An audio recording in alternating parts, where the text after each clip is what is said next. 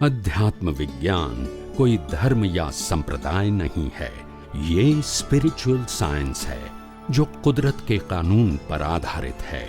ये विज्ञान पूरे ब्रह्मांड के सभी रहस्यों को उजागर करता है और जीवन के सभी पहलुओं को समझने के लिए एक नई दृष्टि देता है।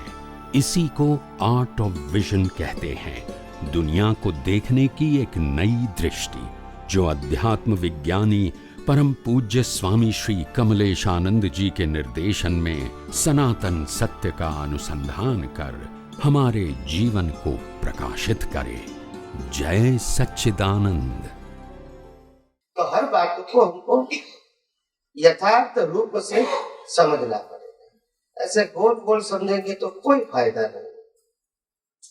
समय तो चलता रहेगा।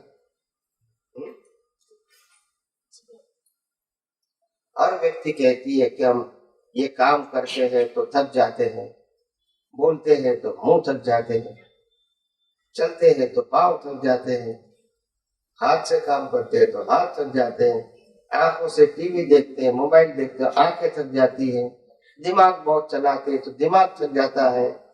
यस के नो? यस। मगर कोई भी व्यक्ति कभी ऐसा मैंने नहीं देखा कि मैं श्वास लेते लेते थक गया। बोलते नहीं है, क्या ये क्रिया नहीं है? मगर वो कभी थका ऐसा मैंने सुना कि अभी 1 घंटा आराम।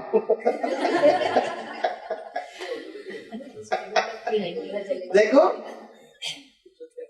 है, ये भी क्रिया है ना, श्वास लेना वो भी क्रिया है। किसी को पानी पी है, किसी को नहीं देखते, किसी को नहीं देखते, इसमें मतलब ध्यान नहीं जाता, ध्यान इसी पे केंद्रित है और इसी पे देखते नहीं। इसको देखने वाले ध्यान में प्रवेश, श्वास के ऊपर देखने वाले ध्यान में प्रवेश करेगा। तो देखो सिंपल बात यह है कि श्वास है वो शरीर का प्राण है। क्या है? और जहां तक श्वास है वहां तक शरीर जिंदा है। तो शरीर का प्राण श्वास जरूर है, आत्मा का प्राण श्वास नहीं है। आत्मा की अनुभूति के लिए श्वासोश्वास को देखने की जरूरत नहीं है, मगर अपने मन को कंसंट्रेट करने के लिए श्वास को देखने की जरूरत है। हाँ, कंसंट्रेट के लिए बराबर है। आत्मा से कोई मतलब नहीं। थोड़े समय के लिए मन आपका स्थिर करे, आत्मा से कोई मतलब नहीं।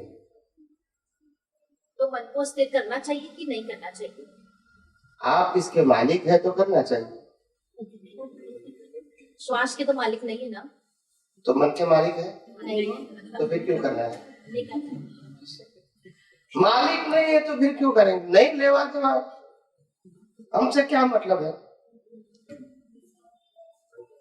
हम अगर मालिक होते हैं तो बराबर, ऐसा देखते जाओ, वो अपने आप चलता है। हम वो चाबी लगाते हैं चलता है, ऐसा नहीं है, है? तो अपने आप चलता है, चलने दो ने, अपने को क्या तकलीफ। हम अगर सड़क के किनारे पर खड़े हैं घर के बाहर और बाहर हजारों लाखों कार व्हीकल्स जा रहे हैं, कोई चल के जाता है, कोई साइकिल पे, कोई 2 व्हीलर पे, कोई 3 व्हीलर पे, कोई 4 व्हीलर पे, कोई छोटा 4 व्हीलर, कोई बड़ा 4 व्हीलर, जाएंगे हजारों व्हीकल जाएंगे, हम देखेंगे भी। देखने में क्या तकलीफ है? बोलते नहीं, देखते रहो। समझ में आया? हम जब कोई भी अवस्था में अटैच हो जाएंगे तभी तकलीफ है। हम सामान्य भाव से देखते हैं तो तकलीफ नहीं, विशेषता से देखेंगे तो फिर तकलीफ हो जाएगी कि ये गाड़ी ब्लू कलर की अच्छी लगती है, ऐसी कार तो हमारे पास होनी चाहिए। फिर गड़बड़ शुरू हो गई। आत्मा की खुराक क्या है? आत्मा की खुराक क्या है? आत्मा की खुराक जो है वो खुद के स्वभाव में रहना, वो आत्मा का स्वभाव है। और आत्मा के स्वभाव में हमको रहना, वो हमारी यानी प्रतिष्ठित आत्मा की खुराक है। रहना हो, नहीं रहता है तो फिर वो भटकता रहता है, नए कर्म बनाता है। आत्मा को खुद को खुराक की जरूरत नहीं, वो चेतन है, अविनाशी है और अनंत शक्ति वाला है। वो टेम्पररी, वो फूड खा के जीता मगर हाँ, हमको आत्मा का अनुभव करना है तो आत्मा की जागृति होनी चाहिए। वो कैसे होनी चाहिए? Quality, existence and nature. आत्मा शाश्वत है, उनकी क्वालिटी और उनके सभी गुण परमानेंट है और वो चैतन्य स्वरूप है और अविनाशी है। क्या है? तो बस आत्मा का अनुभव कैसे किया जाए, किससे अभ्यास किया जाए इससे आत्मा का अनुभव? हाँ? आत्मा का अनुभव कैसे हुए, किससे अभ्यास किया जाए जिससे आत्मा अनुभव? आपने एक शब्द सुना है, नेति? नेति सुना है? नेति नेति नेति ऐसा शब्द सुना है? वेदांत के अंदर है। वेदांत में जब पढ़ोगे तो लास्ट में आएगा नेति नेति नेति, मतलब ये तू नहीं है। क्या बताया? सब माइनस करोगे तो फिर मालूम होगा ओ आई एम। समझ में आया? मैं आपको एग्जाम्पल देता हूँ तो धीरे धीरे समझ में आएगा, अनुभव में तो प्रैक्टिस से आएगा, मगर मैं आपको समझाने की कोशिश करता हूँ मेथड। और बहुत सारी मेथड मैंने साइंटिफिकली समय समय पे देश विदेशों में एक्सप्लेन किया है। How to easy aware of our real self, हमारे खुद के स्वरूप की जागृति हम कैसे सहज पा सकते हैं या सहज रख सकते हैं। उनके लिए मैंने बहुत सारे एग्जाम्पल समय समय पे दिया है। उसमें पहला एग्जाम्पल है कि आत्मा, ये शरीर के अंदर आत्मा जो है वो परमानेंट है, बाकी सब तो आत्मा की वैल्यू एज अ एग्जाम्पल 1 करने की, क्योंकि कभी 0 और जो अवस्था जन्म लेती है और मृत्यु होता है उनकी वैल्यू 0, जो आती है चली जाती है उसकी वैल्यू 0। समझ में आ गया? और रिलेटिव की वैल्यू और रियल की वैल्यू 1। अभी हम बॉडी की बात करते हैं तो बॉडी के अंदर आत्मा की वैल्यू 1 है या 0? 1। और शरीर की वैल्यू 0, संपत्ति की वैल्यू 0, संबंधों की वैल्यू 0, साधन की वैल्यू 0, डिग्री की वैल्यू 0, स्टेटस की वैल्यू 0। मगर आगे 1 है और पीछे 0, तो सभी 0 की वैल्यू हो गई ना? आगे 1 है, बाद में 0 है, तो वैल्यू लग गई ना सभी 0 की। करेक्ट? मगर जब 1 निकल गया तो 1 निकल जाने के बाद भी 0 है, तो 1 के साथ हम 0 क्यों नहीं मान सकते? बोलते नहीं। अगर 1 निकल जाने के बाद भी 0 है तो 1 होते हुए क्यों नहीं मान सकते? 0 तो 0 ही है ना। तुम नहीं मानोगे तो भी 1। दृष्टि की तो बात करते हैं, आखिर 0 ही तो है ना। अगर हम नहीं भी मानेंगे तो भी वो रहने वाला नहीं। यानी कीमत 1 की है 0 की? 1 की। और पूरी लाइफ कीमत किसी करते हैं 0। और साथ में क्या आता है? 0। 0 तो साथ में 0 क्या है?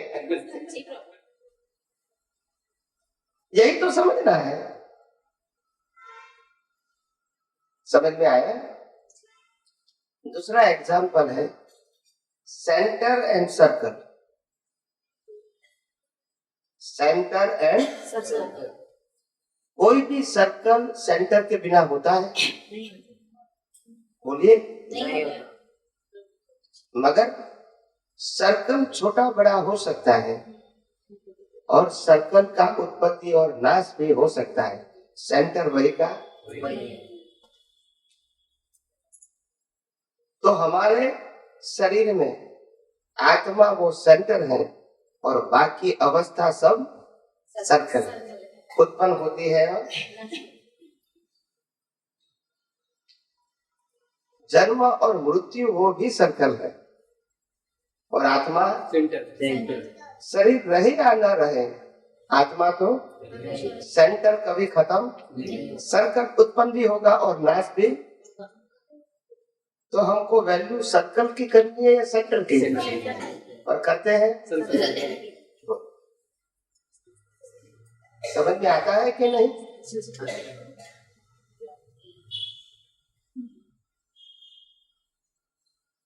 तीसरा है आध्यात्मिक यज्ञ, स्पिरिचुअल।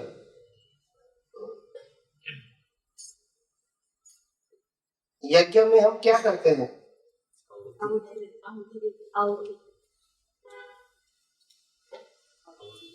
आहुति देते हैं।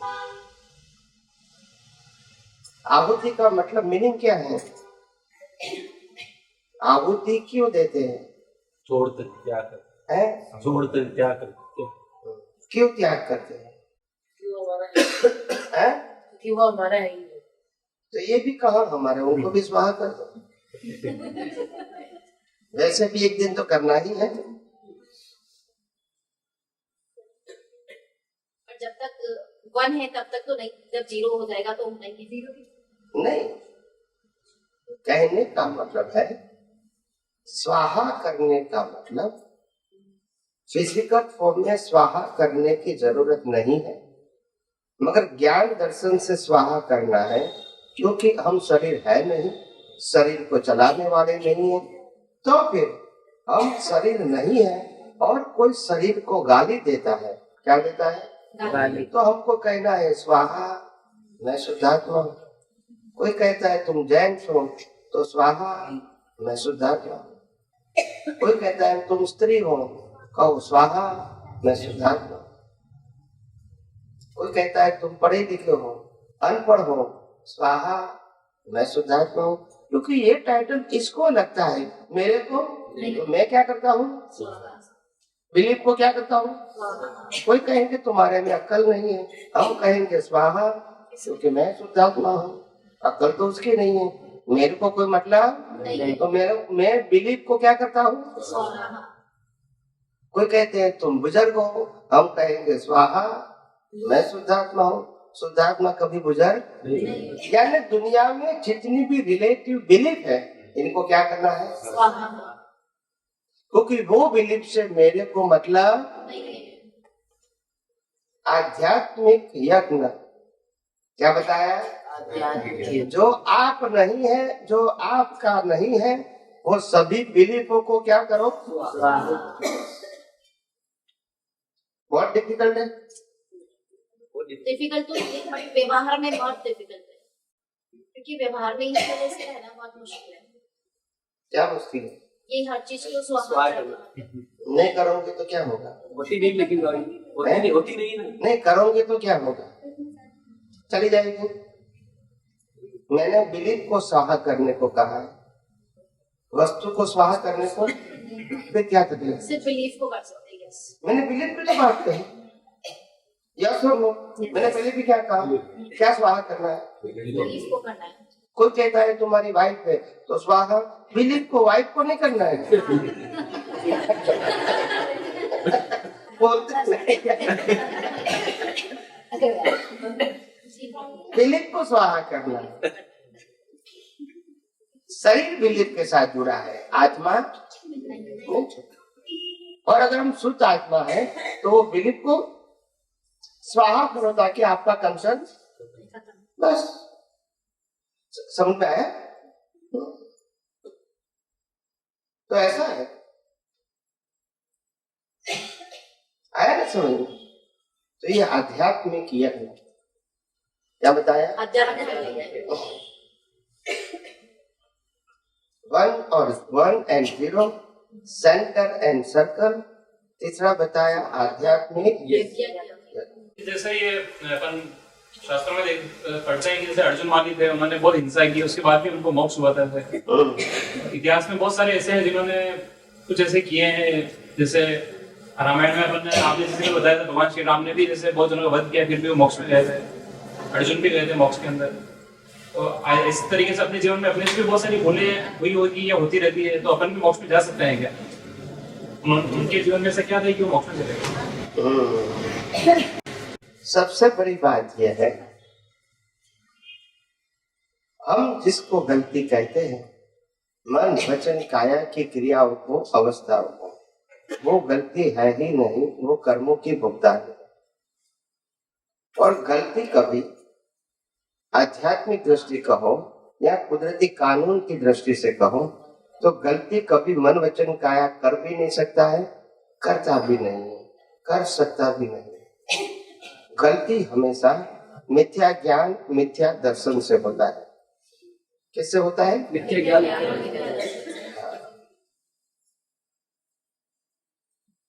समझ में आया? मिथ्या ज्ञान, मिथ्या दर्शन से गलती होता है। क्या गलती होता है? मैंने किया, मेरा है, मेरे को भुगतान हुआ, ये शरीर ही मैं हूं, ये गलती से कर्म बनता है। अगर ये गलती नहीं है और मन वचन काया की कोई भी क्रिया है, इसके लिए कर्म बंध होता नहीं। समझ में आया? केवल अपने बिलीफ से कर्म बंधन। यस, वो भी रॉन्ग बिलीफ। बिलीफ का पावर देखना है आपको? बोलते नहीं, बिलीफ का पावर देखना है।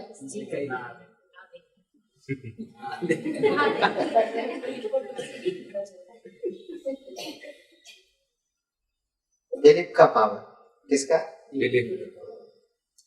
7 फेरा भरो और 70 साल की जिम्मेदारी लो, वो बिलीफ का पावर। बोलते नहीं है, नहीं समझ में आया?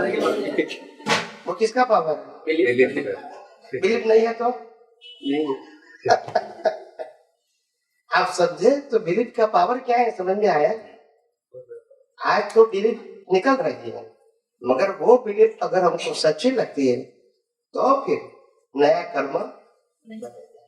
उकलती बिलीफ से कर्म नहीं होता है, मगर जो बिलीफ लाइव है, यानी अंदर से आप बिलीव करते हैं, वो बिलीफ सच्ची है, उससे कर्म बनेगा। निकलती बिलीफ है, उसको देखने वाले और जानने वाले हैं और वो कुदरती रहेंगे, मगर ये बिलीफ ही सही है तो फिर जिम्मेदार। जब आप सिग्नेचर करोगे तो फिर क्या है? Then you are responsible. कुदरत का कानून कितना क्लियर है। कुदरत कहती है जन्म से मौत तक मन वचन काया से अगर कोई भी इंसान कुछ भी करता है, उनके लिए वो 100% निर्दोष है और मैं उसकी सजा कभी नहीं देता। समझ में आया? मगर वो खुद मानता है कि मैंने किया है, वो खुद मानता है कि ये मेरा है और खुद मानता है कि मैंने भुगतान किया है, खुद मानता है कि ये मैं शरीर हूं, तो फिर उनकी सजा तो मिलेगी, तो लेनी पड़ेगी।